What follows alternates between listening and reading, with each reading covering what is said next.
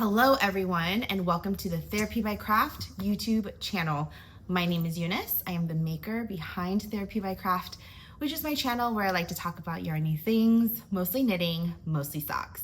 You can also find me on Instagram and Ravelry as Therapy by Craft, or you can just hit the subscribe button below to stay up to date with all the things that I do here on YouTube.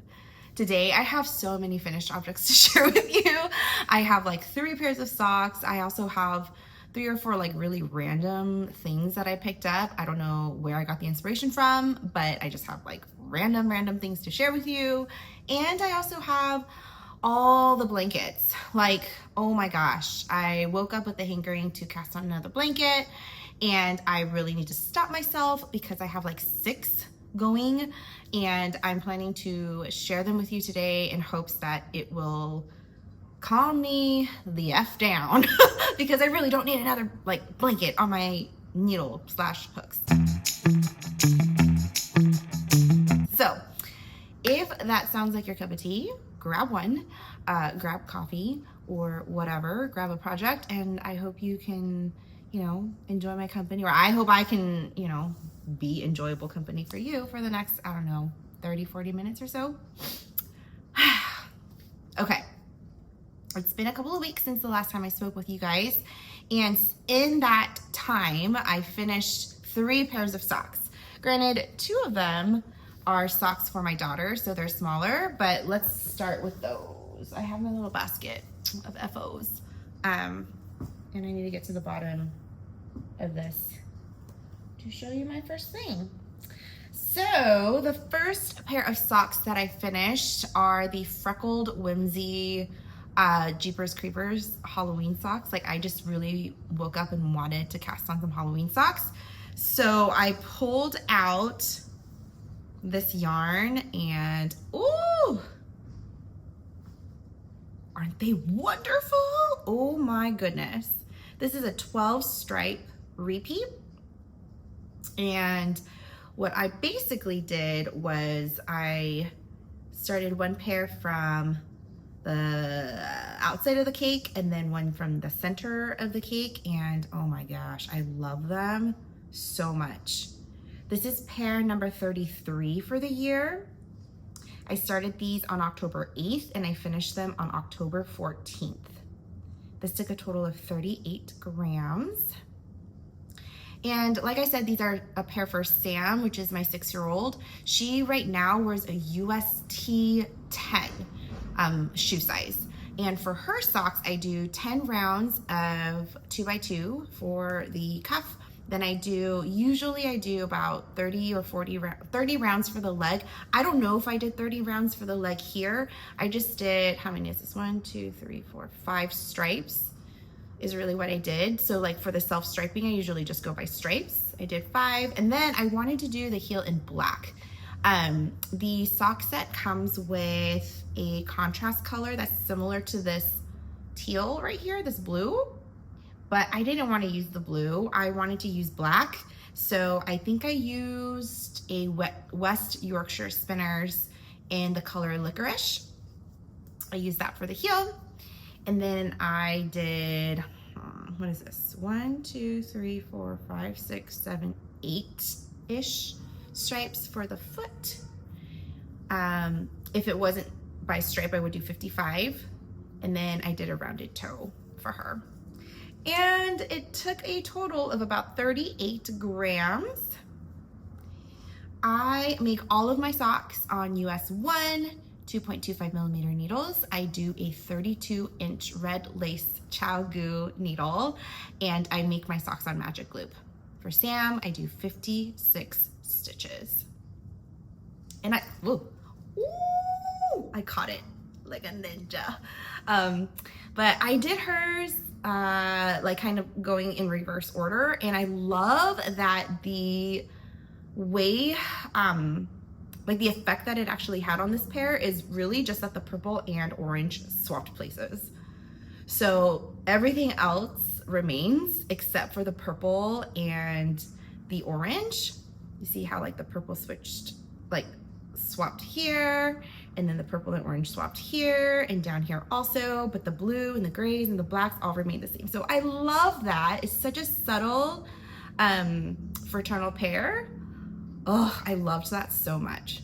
I very, very, very much enjoyed it. So I have enough yarn. I have at least 50 grams to make a second pair, and I think I'm gonna do one for myself in a similar manner because these are just so stinking cute. So yeah, this is pair 33 for the year. Next is another pair for Sam. This is pair number 34 in the colorway If You Got It, Haunted.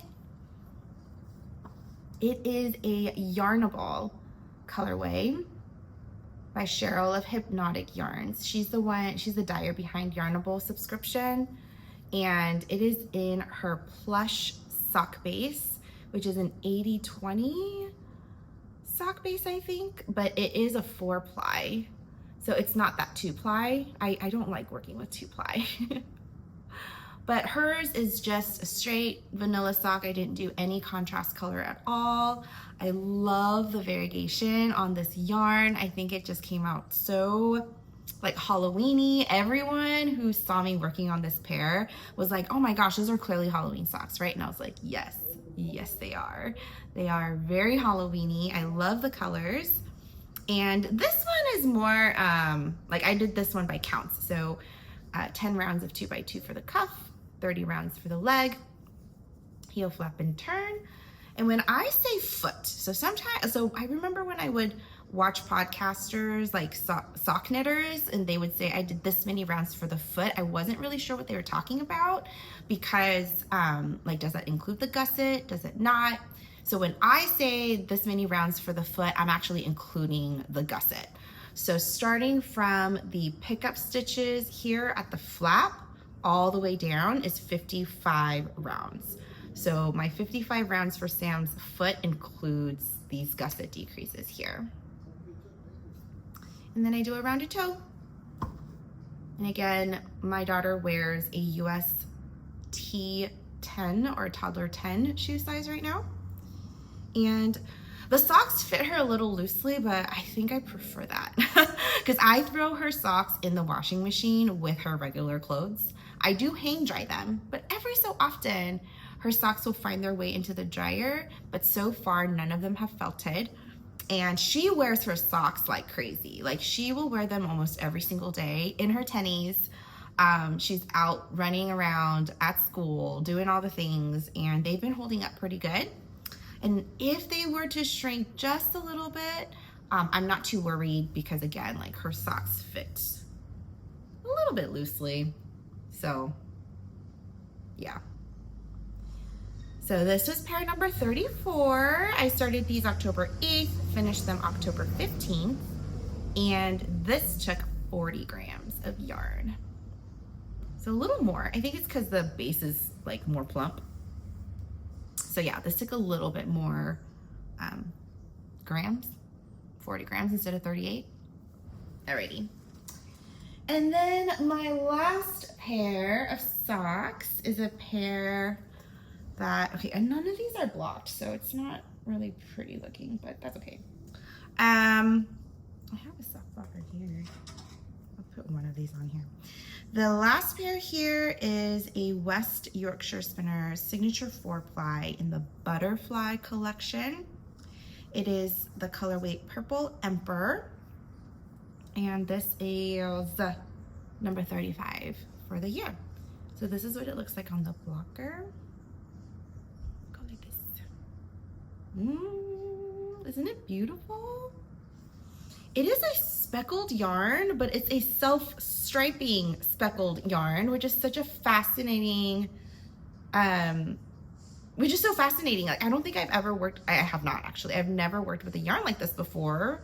When I first got it, or when I saw it online, it just looked like a speckled yarn, which is why I got it initially, but it's not a straight speckled yarn. It's a self-patterning or self-striping speckled yarn. So I made this pair. This is my second finished pair for one of my family members for Christmas. And Ooh. This is what the pair looks like. It's so pretty. It's gonna look so much better after it's blocked. But yeah, you can see what's happening here.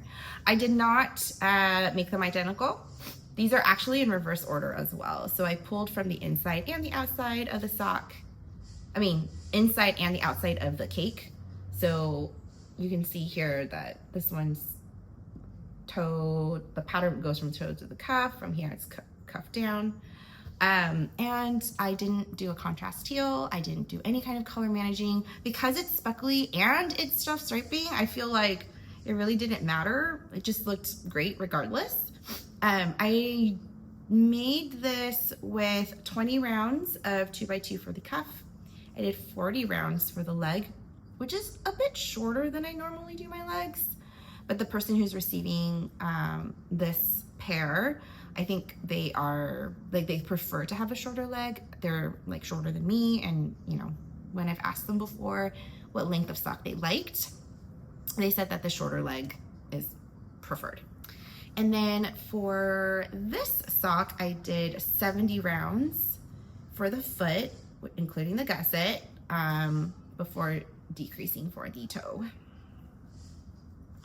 This adult pair of socks, I cast on 64 stitches.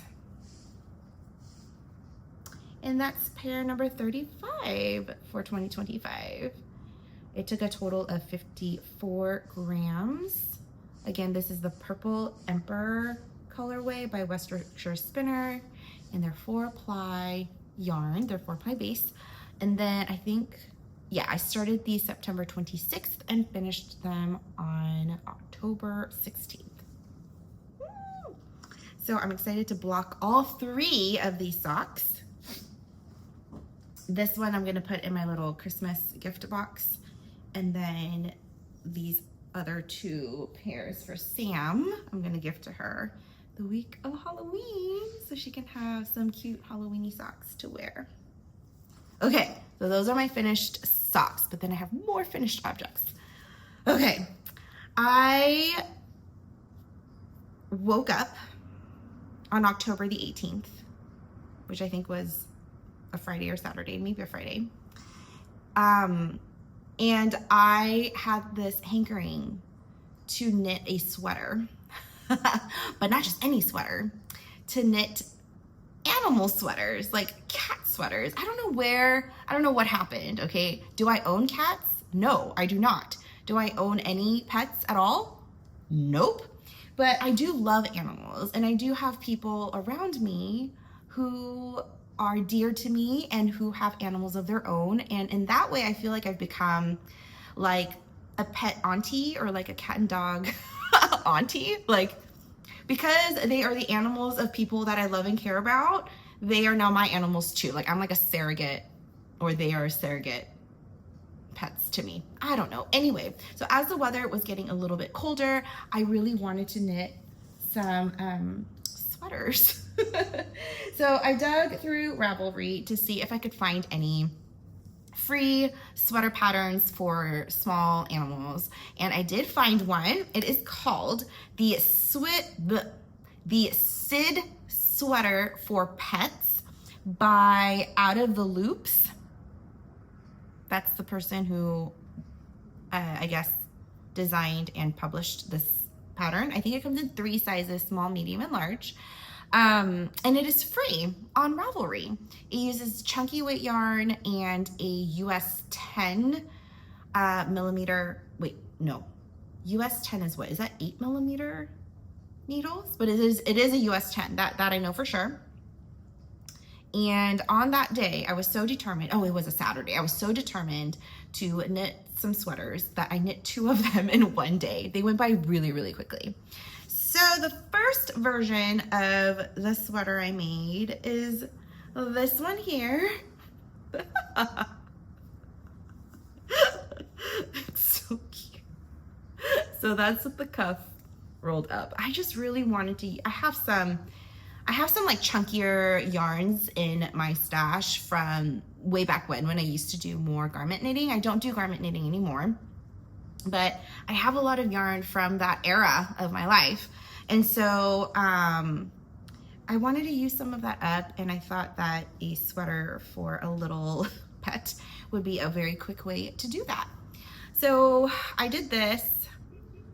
It starts from the bottom and it works up this way. And after, like, you cast on a certain number of rounds, for the size small, I think I cast on 44. It is a free pattern, which is why I feel okay giving out numbers.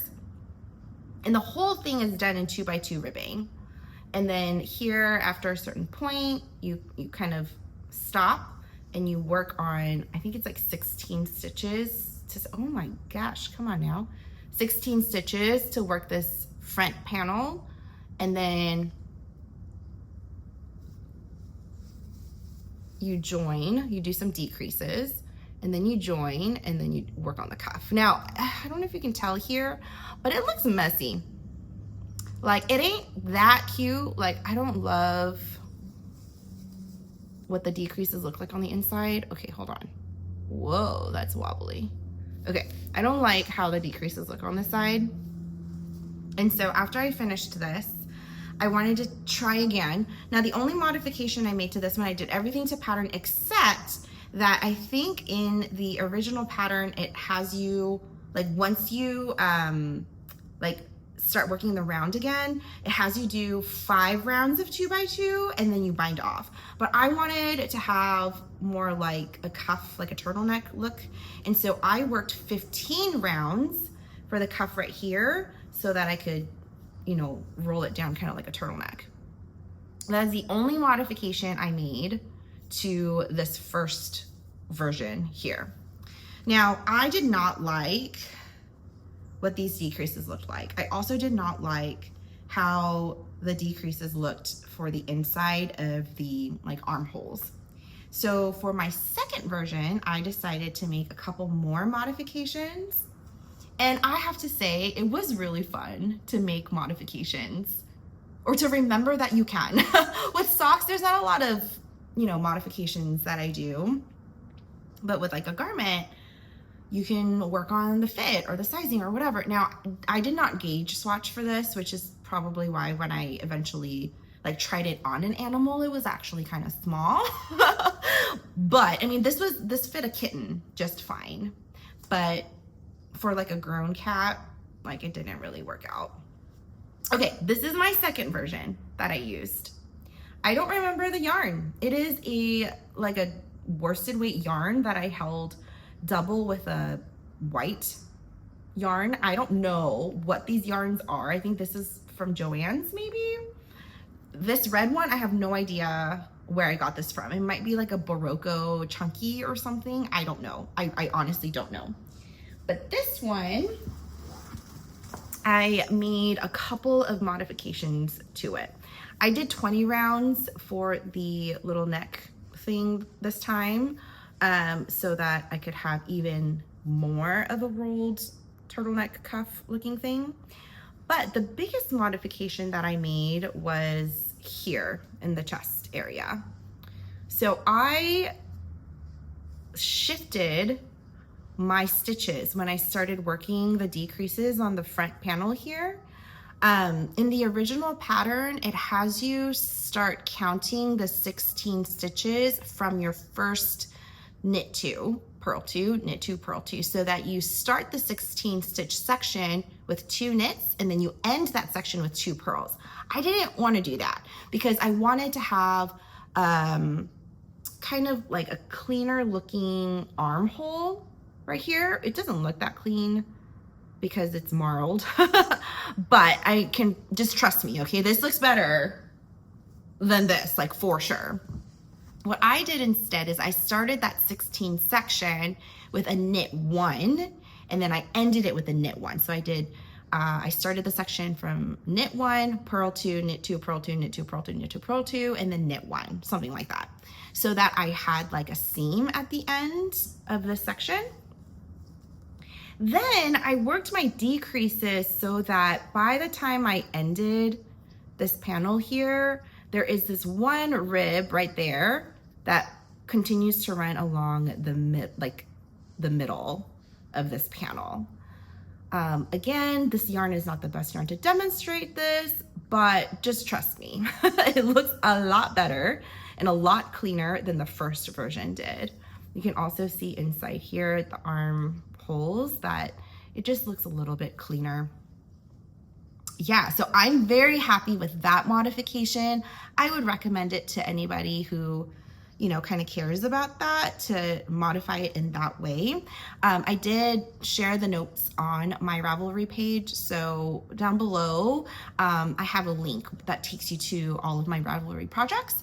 So go there, look at this project for cat sweaters, and then I share the modifications for both. So the red one took 42 grams total, and then this one took, how many? 70, no. This one took 57 grams total. And I like this version a lot more. I think I might gift this to, I don't know, I have an idea of who I might gift this to, since I don't have an animal at home. But I do think it's really cute. I think it's really sweet. It was just enough to feel good about finishing a garment, but it's so small and it's so tiny that, yeah, it literally, I was able to finish both of these in one day. And it was cute. It was a dopamine hit. I was able to crank it out. I was able to use yarn from my stash that I can't use for socks. Yeah. And so if you have little animals at home, little critters that you love, or if you are a surrogate parent to some animals, I would recommend this. It is free. So yeah, I would recommend it to you with those modifications. Okay, my last finished object. So what is that? 5 finished objects, and there's one more. Is, ta-da! I finished my Musselburgh hat. It is the Musselburgh, the famous Musselburgh pattern by Isolde Teague. I love this beanie pattern. I love making it in non-superwash yarn. This red color is one of my favorite, if not the favorite, red that I have ever worked with in my life. It's called Garnet Heather. That's the colorway. It is by Knit Picks in their palette yarn base. It is a fingering weight non-superwash yarn, and I used a US 4, is that right? Yes, or 6mm needle, so that the gauge, when I first was working it up, the gauge, the fabric, right, it was kind of loose. It was a little bit like holey, but as you can see here, that non-superwash wool really fills in those gaps. It is so airy but warm. I can even put it on for you. But before I do that,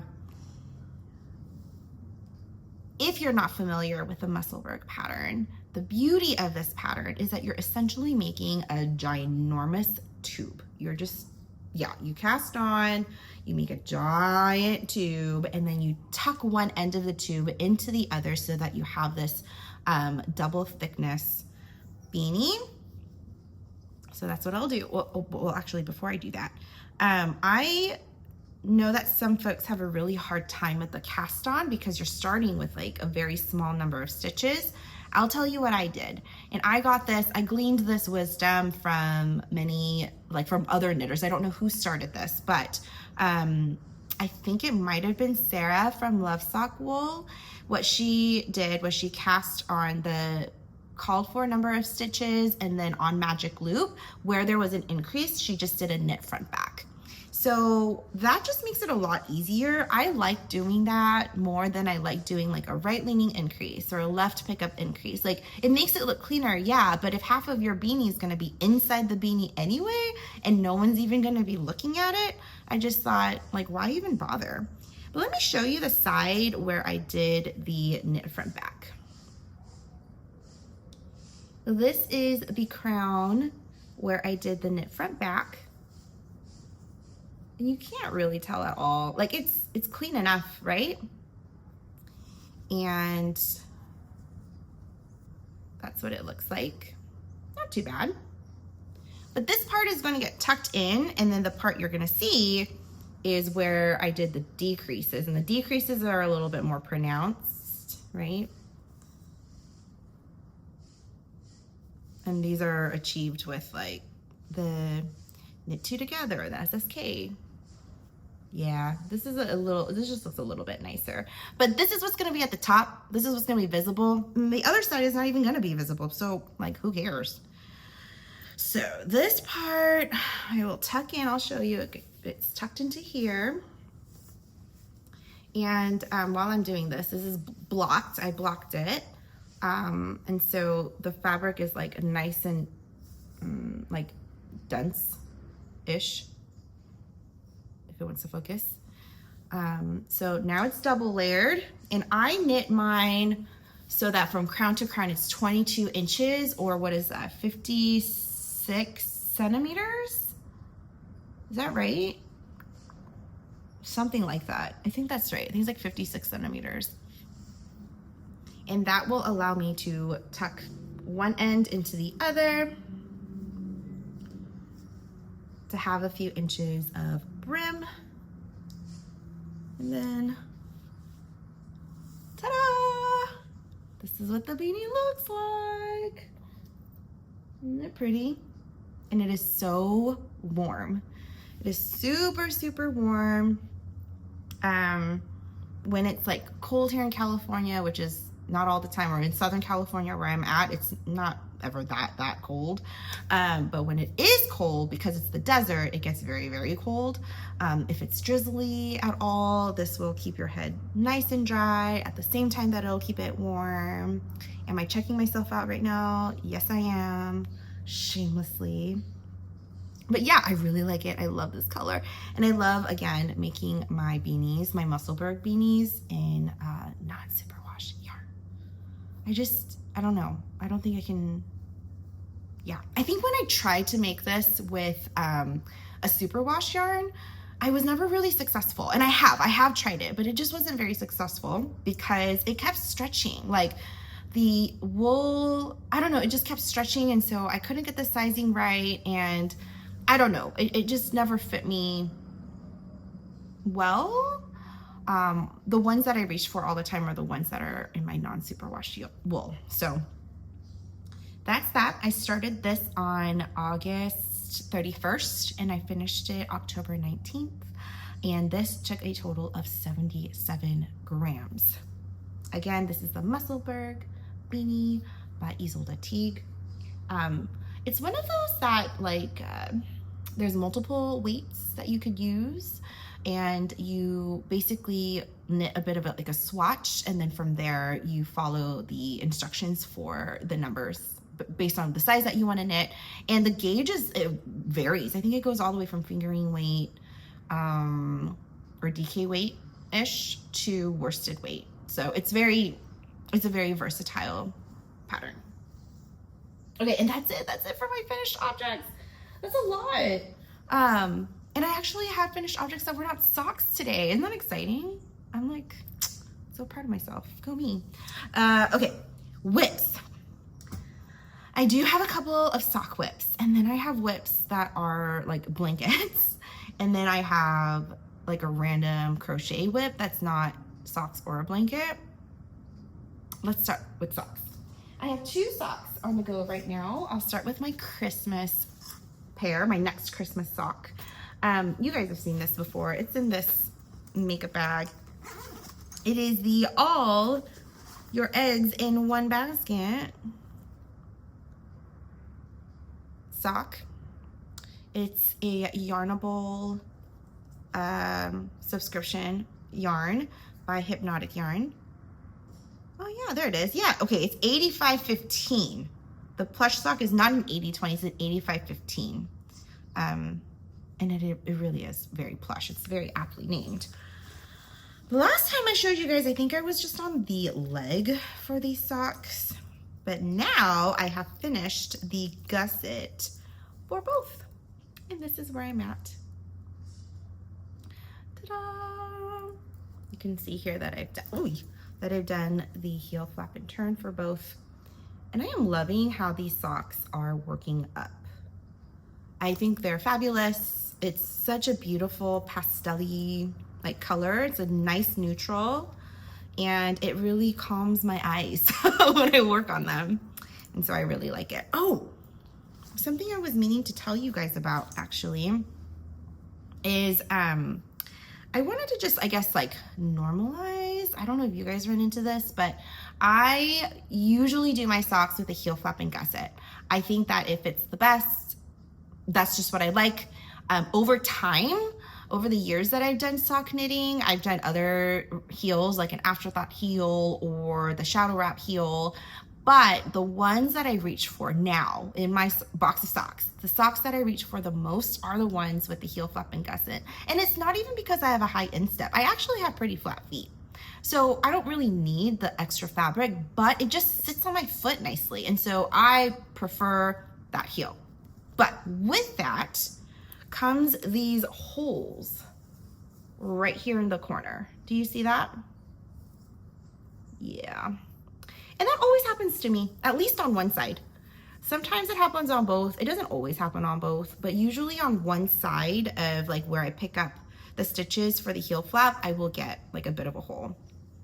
So I wanted to share that with you because by the time I finish my sock, when I go in to weave in my ends, a part of what I do as the weaving in process is I take a bit of the scrap from the yarn, like maybe from this tail or something, and then I go and duplicate stitch over that section of my sock, and that's just a part of my process, I guess, in finishing my socks. But I never shared that with you guys. I don't think I ever like mentioned that, but I teach a sock knitting workshop at my local yarn store. Once a month, one Sunday a month that I do my sock workshops. And as I'm teaching my students how to knit their socks, when we get to the part where we are picking up stitches from the heel flap, right? They always mention, oh no, there's this gap right here. What do I do about that? And honestly, I haven't really found like a consistent, dependable way to close up that gap as I'm working on the sock.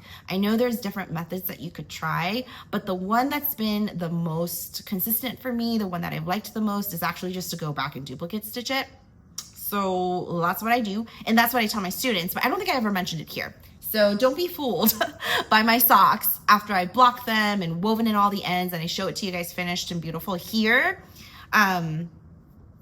Yeah, like I have done that with the duplicate stitching of this little heel flap corner here, if it'll focus. Yeah. So anyway, I was working on this and I was like, oh, I should mention that in case anybody else has that issue. See right there, the little hole. I always get that. And so I just go in and on the inside, when I flip it inside out, I just go in and duplicate stitch that section right there, and it'll like cinch that hole right up. But yeah, that is my first work in progress, my first sock whip. My second sock whip is one you have not yet seen, and I'm very excited about this one. I have a good handful of opal yarns in my stash, and I love opal yarns because of their self-patterning socks. I just think that they're so fun and colorful and wonderful. And I had a hankering for knitting one of those. So I pulled out some yarn from my Van Gogh collection, and this is the one that I am working on. It is this one here. It's based off of this painting. I just have been calling it my Opal Van Gogh restaurant socks, but oh my gosh, let me show you the colorway first, and then I'll show you the contrast color I'm using with it. So this is the color. Voila, there you go. Any guesses as to what my contrast color is gonna be? It's from Filcolana Arwetta. And the contrast color is this one. It's the tangerine colorway. Oh my goodness, and it looks so good together. It's like it's a bright orange, but it's also kind of soft. I don't know if the camera is really picking up on the softness of this orange, but it's not a very, it's not like a neon in your face orange. It's like a very soft, bright orange. And so I'm pairing those together. And here is where I'm at so far. If you haven't noticed, I like to work my socks in tandem. So I work both at the same time, but I do it in tandem. Oh my goodness, isn't that beautiful? I love them so much. It's looking so good. Oh, I love it. So I like to work my socks in tandem, 2 at a time, so that I don't get second sock syndrome. I thought I was immune to second sock syndrome, and it turns out that I am absolutely not immune to second sock syndrome. I like to work them both at the same time. And actually, when I teach my socks, my sock knitting class, I also recommend that to my students too, because I'm like, if you're knitting socks for the very first time and you want to end up with a wearable pair of socks, first of all, you might not, and that's fine too. But if you want to, then do your socks 2 at a time in tandem, because once you learn how to do a German twisted cast on, for example, just do all the German twisted cast on at the same time for both socks. And then you don't have to like go back and try to relearn it again for the second sock. You've just done it for both. Then you can do the cuff for both. Then you can do the leg for both. And especially if you get to the heel where you're learning a new skill, you can learn each skill, like each step of the way for the sock, and just do it one time. Like learn it one time, and your brain doesn't have to necessarily like hold on to that information for your second sock. Because I promise you, if you're knitting socks for the very first time and you're doing a heel flap and gusset for the very first time, once you've done that heel flap and now you're going to the heel turn, the information in your head about that heel flap is gone. It is out the window. So if you can just do it twice, you can do it 2 times for both of your socks, then I don't know. That's usually what I recommend. And my students who have done it that way, they are so happy that when they finally get to the end and they get to Kitchener that toe and they watch me Kitchener and then they do their Kitchener and then they do it twice and they get good practice and then they're done, then they're like done because both of their socks are done. You know what I mean? Anyway, that's my little tip there for you guys. But anyway, so yeah, these are my pair of socks that I am working on, my second sock whip. I love it. I think it's so pretty, and I am so excited to continue working on this. I will do both the heel and the toe in this tangerine colorway, and I think it's just gonna be really beautiful. So I'm excited about that. It is being housed in my knitter bag, project bag. It is the Kiss, and it is beautiful. I love it. I love this bag. I have another one from her, which is a Van Gogh bag, but I feel like the colors kind of go with this bag better, so I've been using this one. And then my random whip that I have right now is a crochet project. I'm making coasters.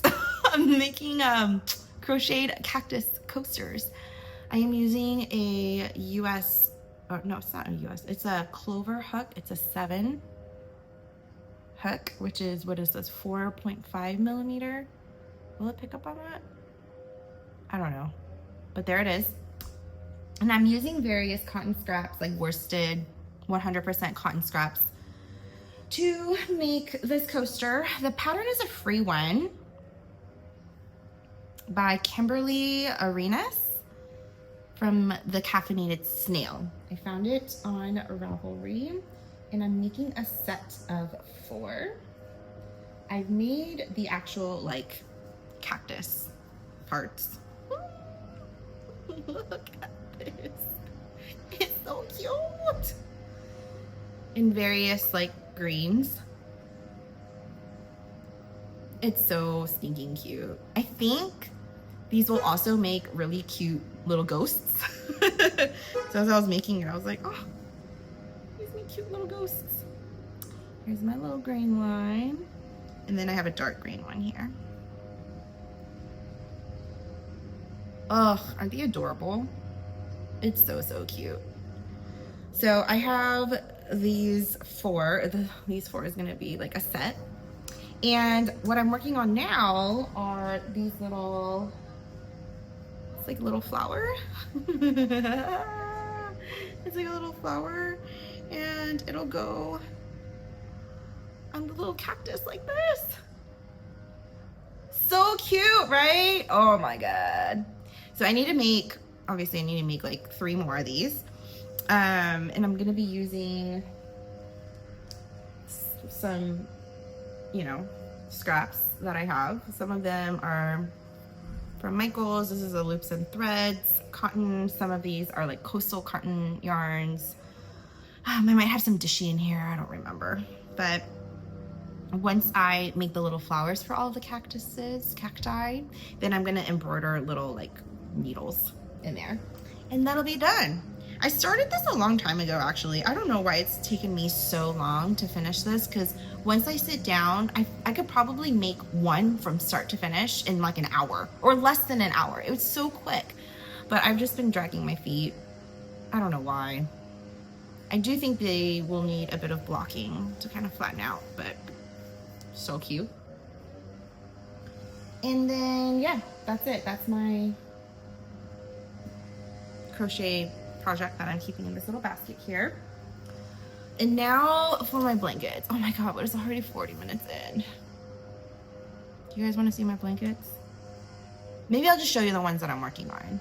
There's like 2 or 3 that I'm really excited about. There's 3 that I'm really excited about. And I'll just show you those. So the first one is kind of an update on my Cozy Memories. You guys have seen this already, but I am close to being done. Oh, I have another live square going here. Okay, whatever.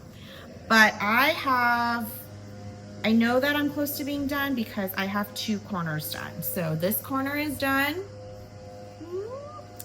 And then I think I have another corner done. Or is that the corner I'm working? Oh, and then I have this corner that's done. And then I have like 2 more sides to go. But look at, it's so close to being finished. And I'm getting so excited about this being done that like at night when I'm at home and Salmon's down and I'm like watching TV or whatever, like this is a part of what I want to work on and finish. Plus with all of these socks that I've been finishing, I just want to add them to my blanket. So I have, yeah, I just want to like add them to my blanket and get them done. That's what I want to do. So yeah, I need to finish this. I also have a jelly roll blanket that I am pulling out of hibernation. I started this months and months ago because I wanted to, I had just finished my very first jelly roll blanket, and I wanted to make a non-superwash version of it in the style of a Cozy Comfort Throw. I think Lisa of 72 Stitches was, she had just cast on her Cozy Comfort Throw, and that is a pattern by Molly of A Homespun House. But that pattern holds a, I think it's made for Advents, but you hold your Advent minis with a neutral colorway. So you hold fingering weight with another fingering weight to get a double, or to get a DK weight gauge. But you're knitting the whole blanket from like end to end. And that's like 100 and something stitches, if not more. And I didn't want to do that because I was like, I need there to be some variety, and some variety quick. I need to have like something. It's just not enough for me in terms of like stimulation for my knitting. So I decided to make a Cozy Comfort Throw styled jelly roll blanket. And this is what it looks like. So it is a jelly roll blanket, but as you can see, I am marling it with a neutral color. And this, well, right here, past it, is where I'm at. It's pretty tall. Like if I stand up, well, okay, you can't see this. What am I doing? But you'll just have to take my word for it. Like it's touching the ground and it comes up to my chin. Like it's like right here. I am 5'3". So it's pretty, it's good. It's long enough. And because this whole thing is in garter stitch, I wonder if it'll grow. I know that my previous jelly roll blanket that I made with my superwash yarns did grow because it's superwash. This is non-superwash, so I don't know how much growth I'm gonna get, but I do know that it can grow a bit because again, it's like an accordion. Like the garter stitch is like an accordion. It's very, very stretchy and bouncy.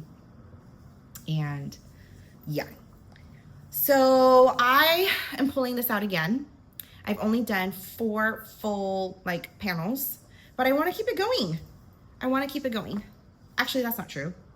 I did 3 and I'm on the 4th right now. And I want to keep it going because I think that it's going to be so nice and warm and cozy to snuggle up under during these colder months that are coming.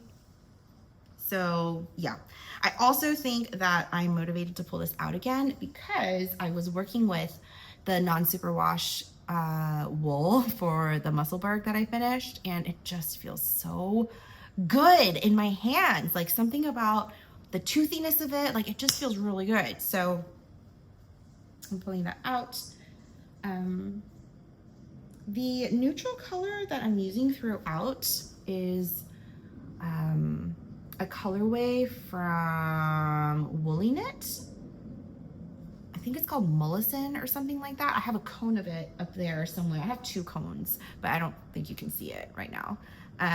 But I have plenty. So this is the neutral color that I'm holding throughout my blanket, and I have lots of little non-superwash fingering weight yarns that I can use throughout. I am holding this blanket temporarily in another bag by Knitter Bag, and it is like these beautiful like Japanese flowers, I think, but it doesn't fit in here. So I'm gonna need to get a bigger bag soon. But yeah, so this is the second blanket whip that I am excited about, and I'm pulling back out again from hibernation. And then the third blanket is actually a new cast on. So I don't remember her name, but her handle is Crochet Objet, and she is a beautiful podcaster. She just, if you know her, you know what I'm talking about. She vlogs about her life. She also crochets and knits, and she just, yeah, like she's just a beautiful human being. And one of the patterns that she released a long, long time ago is actually called the Kiss Blanket, Kiss, or Keep It Simple Stripes. And she designed this blanket to, I think, help some ladies that she was knitting with or learning, or she was teaching how to knit. And it's basically a garter-ridged striped blanket, but you integrate the colors together so that you're always working with 2 colors, but after a certain point you're introducing like a 3rd color to almost kind of like interlock the colors together. It's gonna be so difficult to explain this, but once I get working on this and I can show you later, I'm hoping that it'll make sense. Right now, this is what my blanket looks like. Now, I know I just said that I don't like working blankets, like the full width of a blanket, because it does not, there's not enough variation, but look at this blanket. I'm using a worsted weight acrylic yarn. It's from Deep Stash. It's yarn from Hobby Lobby. I love this yarn, and I wanted to use it up. You can find suitable substitutes for this yarn at Michael's. I think Impeccable The Loops and Threads Impeccable Acrylic is a very good substitute for this yarn if you don't want to use yarn from Hobby Lobby. But it is a garter ridged blanket where you're basically just doing 2 rows of one color and then changing it, and then doing the second color and then the first color, color B, color A, color B, back and forth, back and forth. And what I've done is I've made a modification to slip the last stitch with yarn in front in order to get this, well, if it wants to, is it gonna, oh, nope, it's not gonna, there we go, to get like a very clean edge here. I think the pattern calls for like an I-cord edging, but I don't know if I want to do that. So instead of doing that, I've just done this. If I do want to do an I-cord edging, this will make it easy to pick up the stitches. So I have some options. But I cast on 180 stitches, I think. And I just got that number by doing some gauging. So I wanted the blanket to be about 45 inches long, and my gauge, I'm using a US 8 or 5 millimeter needle. And I think it was like 15 stitches or 14 stitches equaled 4 inches or something like that. So like I just did some math and then I got 180 stitches. But I am enjoying it. I cannot wait to add in my new color. So the plan, I have this bright red and then this brick red, right? I'm alternating the color, and eventually after a certain point, I'm going to drop this bright red and I'm going to add my third color and stripe that with the brick red. And then after I do that, I'm gonna drop the brick red, add in my fourth color, and then alternate the stripes between those. And so again, like you have, like each color kind of overlaps with 2 other colors, like the neighboring colors. And so it just gets this really, really beautiful striping effect. And if you wanna know what I'm talking about, go and check out the blog post. I think you can just Google KISS blanket crochet object, and then you'll be able to see it. She doesn't have it on Ravelry. I think you have to purchase her pattern through either Etsy or her blog post, like her website. I did not purchase the pattern, I must confess. Like I could see what she was doing, and so I'm copying that. And I don't know what the cast on counts are. She actually has a whole blanket kit that she sells. Obviously, I'm just using my scraps, but this is another blanket that I'm obsessed with that I just can't seem to put down. But then, like my mom texted me the other day, and I had like crocheted her a blanket, and she was like, I'm loving using this blanket now that the weather's colder, and so I really love it, but it's a little bit short. Like when you come for Christmas, could you lengthen this blanket? Because I'd like for it to like cover my whole body. And the short answer is no, it's gonna mess up the aesthetic of the blanket if I add to it. It's not one of those where you can just like add to the blanket. It's like an ombre blanket that I made many, many years ago. And I'm like, no, I don't think it's gonna look good if I add like additional length to this blanket. But then of course I'm like, but I want my mama to have a blanket that she can enjoy where it's gonna fully cover her. So then my brain's like, oh, I should make her another blanket. I should crochet or knit her another one. I'm thinking like, oh, she would probably like a scrappy granny blanket like this. Should I make her one? I don't know. But look, I showed you guys 3 blankets today, and it's not even all the blankets that I have going right now. So I don't know. I feel like I need to at least finish my Cozy Memories blanket before I even flirt with the idea of casting on another one. But I don't know. What would you guys do? When you guys have like a hankering or an itch to cast something on, do you guys just go for it? Or do you like try to keep yourself in check? I feel like this is just a classic dilemma for all makers everywhere. Whether you're a knitter or a sewist or a crocheter or I don't know, whatever craft you do, I feel like that's always the dilemma. Like, do I finish what I'm working on or do I start a new one? I don't know. Anyway, this was a chatty one, but it was so good to catch up with you guys, to share all of my projects with you. Thank you for being here. Thank you for coming back if you're coming back. There's a lot of new folks here on this channel. I thank you truly from the bottom of my heart. I love interacting with you guys. I have officially gotten to the point where I can't answer and I can't reply to every single comment. Like, what a problem to have, right? Like, you guys are too good to me. You guys are so good to me. But keep them coming. I love reading your comments. I love interacting with you guys. Even if I can't reply, I will hit the heart to let you know that, like, you know, I appreciate you. And yeah, thank you so much for joining me again. And I will see you guys in the next one. Until then, I hope you have some great making time and that you have a lot of moments of peace in the midst of the chaos. All right, see you guys. Bye.